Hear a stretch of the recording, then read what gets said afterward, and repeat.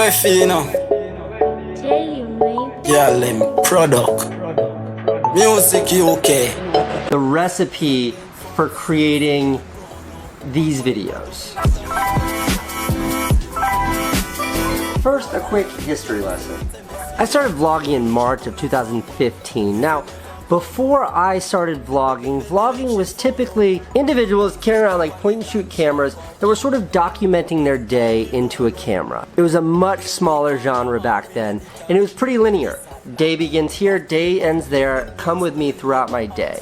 I found the genre fascinating. I was obsessed with like Ben Brown, I was obsessed with Fun for Louie, I was obsessed with BF versus GF, Charles Trippy was great. I think what fascinated me the most about the whole genre was the idea of using your life as a narrative for a daily series. Now, when I made my HBO series, this is a series I did with my big brother Van. It was on HBO in 2010. We made it in 2008. That's 10 years ago. My brother and I used our lives as a backdrop for a TV show. But it wasn't so daily, it wasn't so episodic. Instead, we kind of plucked interestingness out of our lives, shared that interestingness as tiny little stories, strung those stories together, and called that a TV show episode.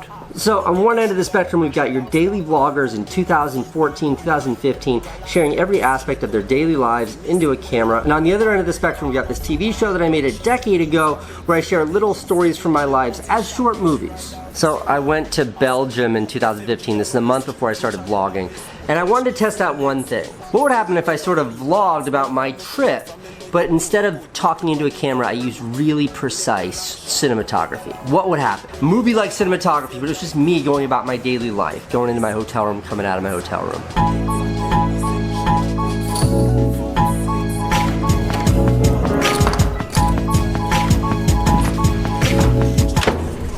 And I love that video. That video worked. You should watch it. It's linked below.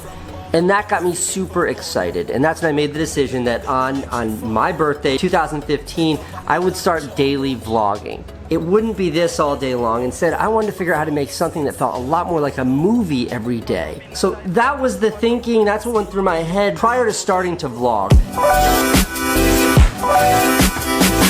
So with that understanding, here are the foundational principles that I apply to almost every episode of this daily, almost daily, vlog. Number one, the most important thing is of course the story. But what is a story?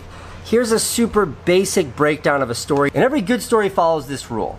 That is the rule of a 3-act narrative. You've got a beginning, you've got a middle, you've got an end. Setup, conflict, resolution. Jack and Jill went up the hill to fetch a pail of water, Act 1. Jack fell down and broke his crown, Act 2. Jill came tumbling after, Act 3. Setup, conflict, resolution. Now in some episodes that's super literal. For example, my all-time favorite episode that I've ever made of this vlog, which is called My All-Time Greatest, is such a literal example of setup, conflict, resolution. It just felt so good to make that. There was a setup, here's what happened. There was a conflict, oh my God, what's the outcome gonna be? And then there was a resolution, happy ending. That's not always so literal in every episode, but I strive for that in every episode because that is what's at the core of a well-told story, and a story is what drives any video like this. And that right there was sort of the promise or the deal that I made with myself, was never an obligation to share with you the intimacies of every day of my life. This isn't a journal, but instead, could I find every day in my life a 3-act narrative to share? Now, a couple of the more granular aspects. I always found it kind of hard to watch non-stop shaky camera vlogs. It was disorienting, it was always a little claustrophobic. So what I try to do is have an equal amount of handheld, locked off shots. Locked off means on a tripod like this. And then establishing shots. The wide shots, those establishing shots, let you know where I am, so it feels more like you're here with me. These locked off shots let you, the viewer, forget about the camera for a second and focus on what I'm saying and the environment that I'm in. And then the handheld shots like this enable you to sort of feel the spontaneity and the urgency that is whatever's taking place in my daily life. Hardware, as in what cameras I use. I have a simple rule for when it comes to hardware, and that is always use the very best camera you have at your disposal. So right now I'm shooting this on my big camera. I'm shooting it in 4K with a nice wide lens. This is a perfect shot. I've got a light right there. I'm trying to make myself look good. This is the best I have right now. But when I'm out running in the morning and I want to film my runs, the best I have is my cell phone. I keep a point and shoot in my backpack in case I don't have this big camera, because the point and shoot is a little bit more dynamic than just the cell phone. So I'm not beholden to any certain kind of hardware or any certain quality of hardware. It's what I have access to. Cinematography part 2. Hold the camera steady.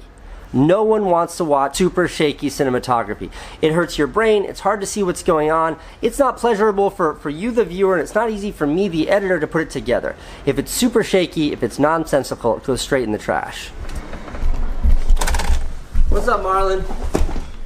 I almost dropped your pockets, man. I'm making a movie, Marlon, about how I make my vlogs. Really? Yeah, like, it's not so much a tutorial, but it's a little bit of like, I don't know, aspects of it I've never really shared. Right. So, you know what you should have done? You should have sat with me and Taught you. sit with me and teach me how to do it. Okay, the next version of Casey Neistat's Vlogging Secrets will be with Marlon, where I teach him how to vlog. Cinematography part 3, time lapses and drones. Here's something very important. No one gives a shit about your stupid time lapses, your stupid drone shots. That's something I have to remind myself on a daily basis. That kind of cinematography only works if it's serving a greater purpose. And for me, it serves 2 purposes. One is transitional. So you'll notice sometimes, like, I'm outside wrapping up a scene where I'm doing something on my skateboard. The next scene I'm in my studio doing something completely different. And in between there might be a beautiful drone shot of the city, or it might be a beautiful time lapse of the city. I'm using it to get me from one scene or one aspect of the story to the next. As that, it's an incredibly effective tool. The other place where it works is to show the audience a broader image of where you are and what's taking place in time. Drones in particular are great for that. I'm at a hotel on a cool beach and it doesn't really work pointing my camera. The drone can give you context that otherwise couldn't.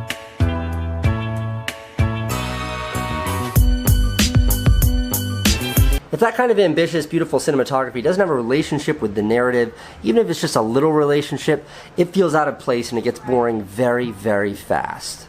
Now, there is a lot more depth and complexity to it than that. Things like, where does being positive all the time start to just sound like total BS where people don't believe it? Things like, when I'm feeling down and I want to share with you the audience that I'm struggling with something, how do I do that in a way that you actually care? Because we've all got our own problems, why should I give a shit about yours? Things like consistent narratives, and if I'm on a trip that's 5 days long, how do I make a 5-day episode arc about essentially the same subject? So there's a lot of depth to this, but I hope that this serves as a good sort of introduction into some of the thinking that I've had as I do this vlog. I want to end this first kind of instructional sharing video by saying this. Probably the most important thing to succeeding, whether it's in the vlog game, the YouTube game, or in the creative space at all, is this. You have to have your own thing. So if you follow this video perfectly and you make the most